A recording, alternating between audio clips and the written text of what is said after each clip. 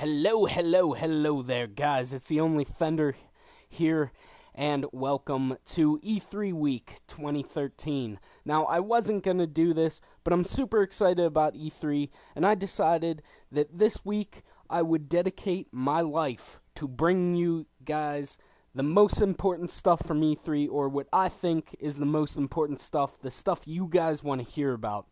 Now, I'm going to be bringing you from the three major companies, Microsoft, Sony, and also Nintendo. They're still up there, guys. I love Nintendo. I miss them. They're coming back this year, I'm telling you. But let's start out with what I just saw, the Microsoft Expo. They started it off rocking it with a new Metal Gear Solid. Now, if you don't know, I love Metal Gear. I've played multiple Metal Gear Solids, and I think they're going to hit this one out of the park. We see Solid Snake, or whichever Snake it's going to be this time, in Afghanistan, and he's trying to save his friend, so it's going to be a good one, guys. I'm looking forward to that. That's really all that we saw there. We did see some gameplay footage, and it was awesome, but in the essence of time, as always in Microsoft's things, everybody uses that phrase, so I'm going to use it. We got to move on to the next thing. So, in addition to that, they said that there's a new 360 coming out. Ooh, yeah, that's a little bit late in its life, but I still have the original Xbox 360, the one that was prone to getting Red Ring of Death. Yeah, I'm so lucky that it didn't get Red Ring. I know a lot of people did, and cross my fingers that this lasts until the new system comes out, the Xbox One. But they're basically trying to cash in some more. For the people who haven't gotten the Xbox 360 yet, the price is still the original, like $300, I believe it is, $399. And it also goes down in price as you buy the arcade version and whatnot. So yeah. Also, it is coming with a Kinect 1.0. So I personally think that's a good move on Microsoft's part. Them just being like, okay, well, we'll sell more Xboxes. We'll design it to look like the Xbox One, and then the parents who can't afford the Xbox One will get their kids this Xbox 360 that looks like the Xbox One and has all the stuff that the Xbox One has. It just won't have all the amazing stuff that's inside of it. It'll look like it, it'll play kind of like it, and it'll have a Kinect, so my kid will not be fat and lazy like the Only Fender. But, anyway, let's move on. Microsoft is now trying to market what Sony is doing, and if you don't know, Sony has the PlayStation Plus where their players get I don't know if it's 3 or 4 free games every so often, but Microsoft has started that as of the 1st of this month, and that's pretty cool because I feel like I don't get anything out of my Xbox Live subscription. Yeah, I get to talk with friends and I get to play Call of Duty online, I love that game, but I really don't get a feel for what PlayStation Plus has.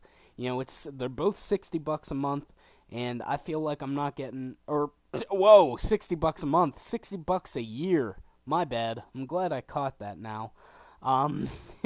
Before later on the editing process. But we're gonna be getting 2 free games per month to keep forever, guys, forever. And this is gonna continue on the Xbox One also. So, I'm going to look forward to that, getting some free games. I believe the 2 free games this month are Assassin's Creed and 2, and I want to say Halo 3 is the other free game we get for free, obviously. Moving on to keep the motor running here. We got GTA 5 coming out this summer with all of the beauty, and they really didn't say much about it, but I thought it was worth mentioning. A tip of the hat to them. They make great games over there at Rockstar Games. I believe that's who makes GTA series. But next is a big thing. Now, FPS Russia, this is where I first heard of the game. He's really into this game. World of Tanks. It's coming to the Xbox 360 this summer. It's going to be free to play, and it's 15 on 15 tank warfare. So, if you ever played World at War, that's what I can put this back to. I guess if you play World of Tanks on PC, you know what I'm talking about. But World at War, they had one tank on each side where you would just fight it out with the tanks. Well, basically, you're going to be able to make your own tank in this game. You're going to be able to customize it. It's going to be amazing. World of Tanks is a great game. I play it on PC sometimes. I don't play it very much, but when I do, it's an awesome game. Unfortunately, it follows the free-to-play, pay-to-win aspect, where you'll be able to unlock things early if you pay a fee. And, yeah, that's just how things are gonna work now, I guess. I don't know. But I guess it's alright. You know, you get a free game, and you can level up like a boss, or you could cheat and buy a pack. And that's probably what most people do, is buy the packs, which is unfortunate. That's how game developers get their money, but it is an unfortunate way to get money off your people. Alright, so there's a couple indie games coming out for the Xbox 360 and Xbox One. This one called Max something something Brotherhood, I wasn't really watching it, paying attention. But more on indie games later. Dark Souls 2 is actually coming out, and that looks amazing. What Dark Souls was, is it was kind of like Xbox's way of saying, here's God of War, really, without the storyline. Because it looks like it plays exactly like God of War. I'd hate to say that, but I'm going to be saying that about a couple games, and that's where we tie into the Xbox One game that's going to be coming with the Xbox One, as I have, if I heard correctly. The Rise, and that's not spelled R-I-S-E, it's R-Y-S-E, like the name, Son of Rome. So, this game looks amazing. Let me just start off by saying that. I love the Roman era, the Roman era, where you use bows, arrows, swords, shields, maces, all that crazy stuff. I love that kind of stuff in games. And this game definitely follows that. You're a Roman soldier who is basically trying to fix the world the way it once was, if that makes any sense. That's how they described it. It has amazing visuals. The water in it is beautiful. I mean, I take a look at all of the gaming aspects, like the world around me, because that's what I'm going to do later on in life, I hope, is to create games like this. So I really take a look at the art design and all that of the games, and this is very realistic. It's very beautiful, and it looks great on the Xbox One. I would describe it, and you're going to hear me describe a lot of games like this, the Skyrim on the PC with the ultra settings and the shader mod. If you don't know what that is, pause this video, go YouTube it. It looks amazing. You're going to cry if you have it on 1080p. Alright, moving on. Essence of Time again. It's a good move on Microsoft's end, just to wrap that one up. Has God of War combat, and it's a good move because it's a great game to start off the new console, honestly. Alright, so the next game we saw was Killer Instinct, and I believe it was a fighting game on the Xbox 360. I'm not 100% sure about that, but it looked like Mortal Kombat to me. I'm an old-style gamer, and Mortal Kombat was just a great game for me. I loved Mortal Kombat back when it was old Mortal Kombat, not the new stuff. I'm not a big fan of the new Mortal Kombat, but, you know, that's just who I am. Anyway, it's a great fighting game, and it shows off a lot of potential. And later on, they actually showed in the conference that it has the ability to be videotaped, and it looks really good on the DVR, which I'll get into later on. Alright, so Another game that's going to be on Xbox One. These are all exclusives, I'm pretty sure. So, Sunset Overdrive is the next game, and it sounds like a little kid's game. Realistically, it's a shooter that looks like TF2, honestly, but TF2 with great graphics and realistic human interface. So, like the humanoid aspect of it looks more human than the TF2 people who just look beefy and ridiculously cartoony. But it does have a cartoony feel, and it's a first person shooter. It looks like parkour, too. I'm not sure if that strikes a chord in anyone's mind there, but that's what I saw out of it. That there's a lot of jumping and a lot of sliding and a lot of crazy stuff. So it kind of looks like, I don't want to compare it to this because this game was a big failure, Brink. I don't want to say that with a kind heart because Brink was a terrible game, but it does look a lot like Brink. So, yeah. Moving on. The next game that they actually showed us was Forza Motorsports 5. And it just, I'm not a racing guy, but since my school has started the gaming club, I've been into racing. Like, I really like racing games. They are extremely fun. The cars look beautiful. I watch Top Gear UK all the time, and just seeing those cars in there, it would make freaking Richard Hammond cry if you guys know who he is. But it does look amazing. It actually showed off some new stuff, and the always connectability of Xbox One, where you constantly have to stay connected online. I actually don't mind that. Some people are like, oh, privacy. Well, one, turn off your Kinect. You won't have privacy issues. Unplug it, for Christ's sake. You can unplug the thing. It doesn't automatically take pictures of you while you're dressing or whatever. Two, I don't care about the connectability. It's awesome. It's a great idea. But anyway, back to Forza 5. It showed off the Drivatar.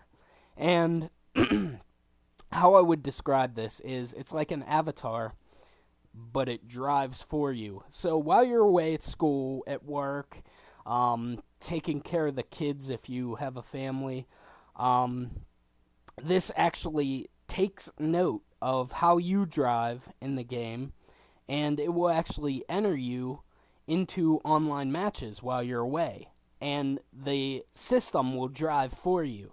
So it's kind of like facing up against bots.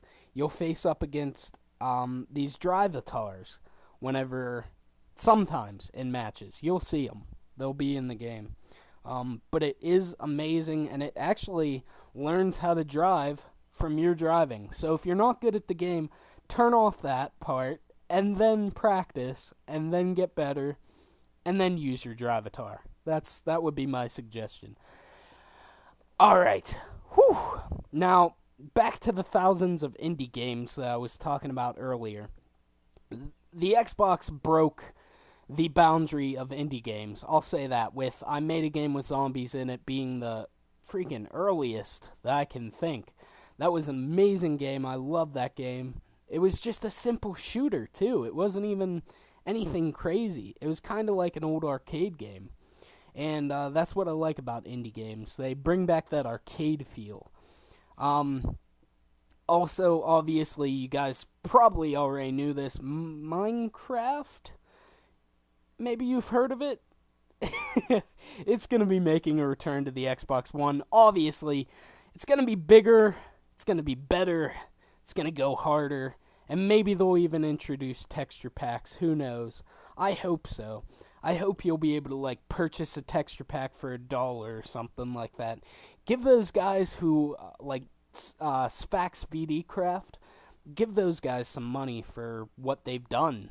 They've started a popular texture pack. It's ridiculous. The kind of texture pack that, Spax BD has made for all of us to use on PC. I'd like to see it used on Xbox.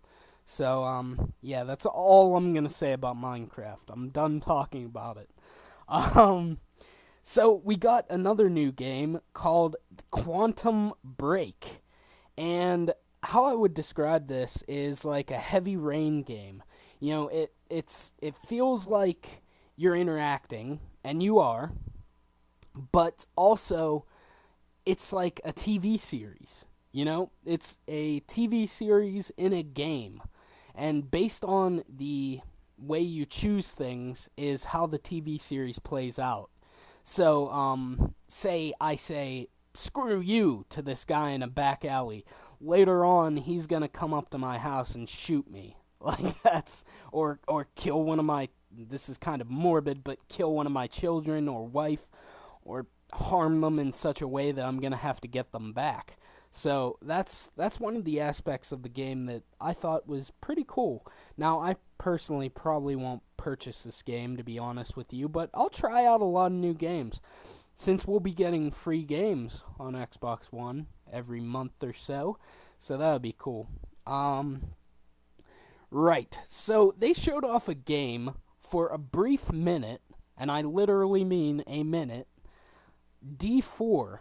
I'm not sure what it is. I'd like to research it more and then get back to you guys, but I have no clue. All right, wrap that one up. Project Stark, or Spark, not Stark. I've been watching too much Game of Thrones. Project Spark. It is a voice-enabled game that makes games. So, if you ever used on PC, and there's probably going to be a very select few of you that have ever used this, Unity. Unity, you can basically make terrain, you can make character models, and you can basically put together a game in 15-20 minutes if you really want to. It's going to be a crappy game, but you can do it. So, whoa, my cat just backflipped. Anyway, it looks amazing. I will definitely pick that up because you can use all things like Xbox Glass, Smart Glass. I mean, not Xbox Glass, talking like Google. But it uses the Xbox One, it uses Smart Glass, and it's just freaking amazing. I love it. It looks amazing. I love making games, personally. I've never published any because I suck at it right now. But eventually I hope to get good at it. Yeah, that's why I love games like that, where it teaches you how to make games. You develop a storyline, all this crazy stuff. So, moving on to Xbox Live aspect of things. Smart Glass is back, and it's same as the last time, except now it has a couple more features where you can track friends' progress. You can do ridiculous stuff, I guess. I don't know. I didn't find it very cool, but they showed it off. Also, there is a new DVR upload studio that is patented by Xbox. It is now theirs, and you can do that on the Xbox One. Kind of to compete with the PS4 and their little thing that you can record games, I guess. But it does look amazing. You can edit them, upload them, share them in the cloud.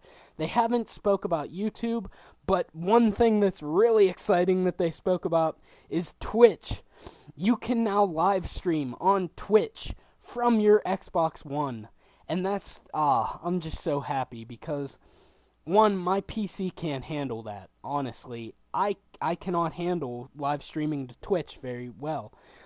You've seen that with all the live streams I've done. They're laggy, they're poor quality. It's just amazing that I'm going to be able to live stream to Twitch without any problems, basically, on Xbox One. And I'm really looking forward to that. So, thank you, Xbox, for finally noticing YouTube is a thing. Alright.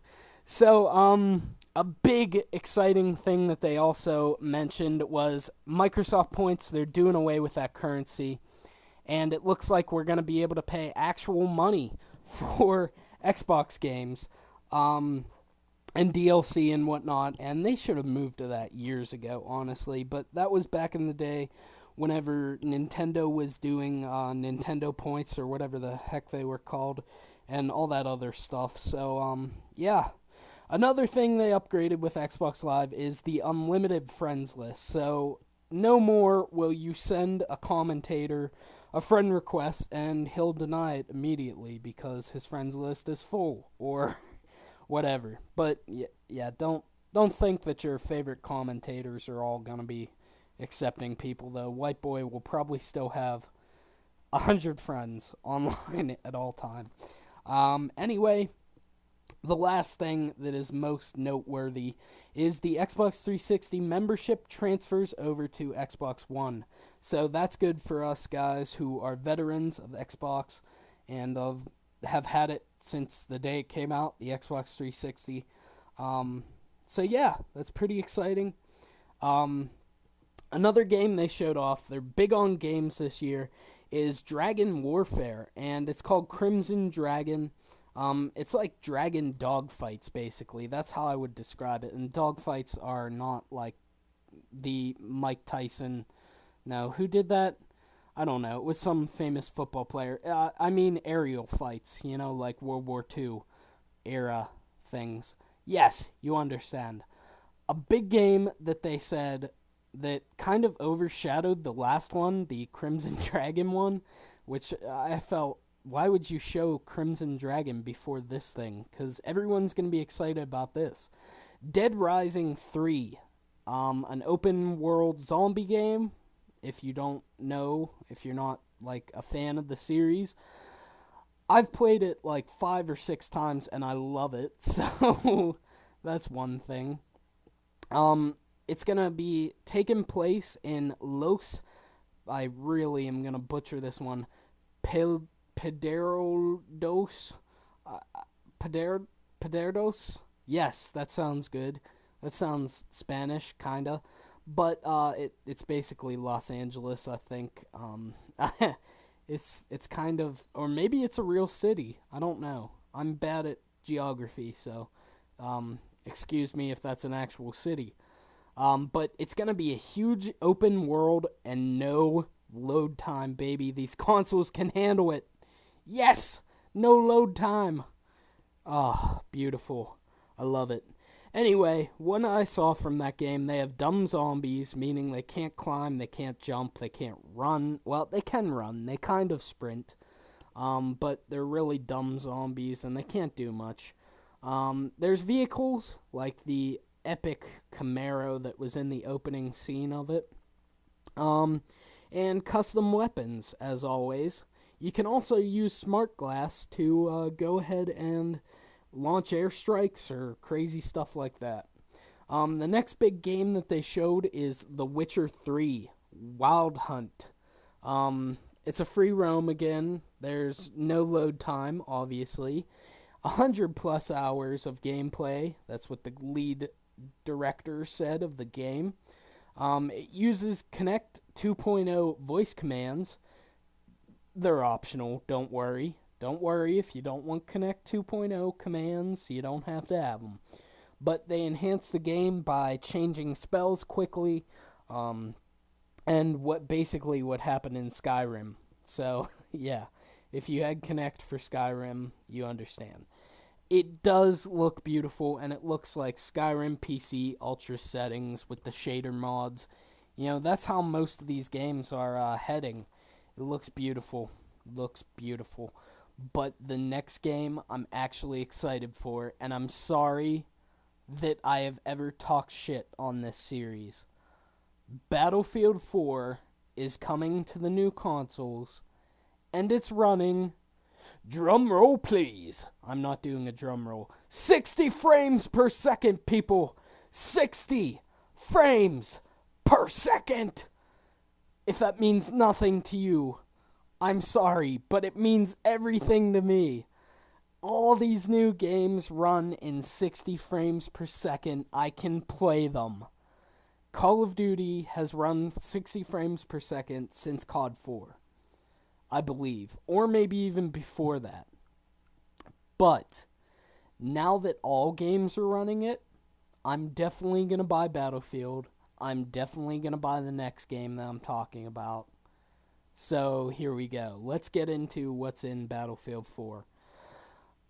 They had problems. I just thought I'd note this. They had problems. They're the only company that had problems this evening showing their special things. You know what I mean? Their trailers and all their gameplays and whatnot. They're the only one that had problems. But the people and guns kind of looked a bit cartoonish, and maybe that's because that it's still in development period. I can understand that, which is acceptable, but the environment looked beautiful, and the particle effects. What I mean by that is the fire, the smoke, the water spray, the clouds, they all looked amazing. And I'm sorry if I get, like, hard on for graphics, but they all looked good. They all looked PC style. So, the new consoles are definitely up there with the PC. But they are going the COD route, and this is what I was a little iffy on. Why are they all doing this? They're doing the first on Xbox thing that everybody else is doing, where the first map pack is actually going to be first out on Xbox One, obviously, not, maybe 360, I don't know.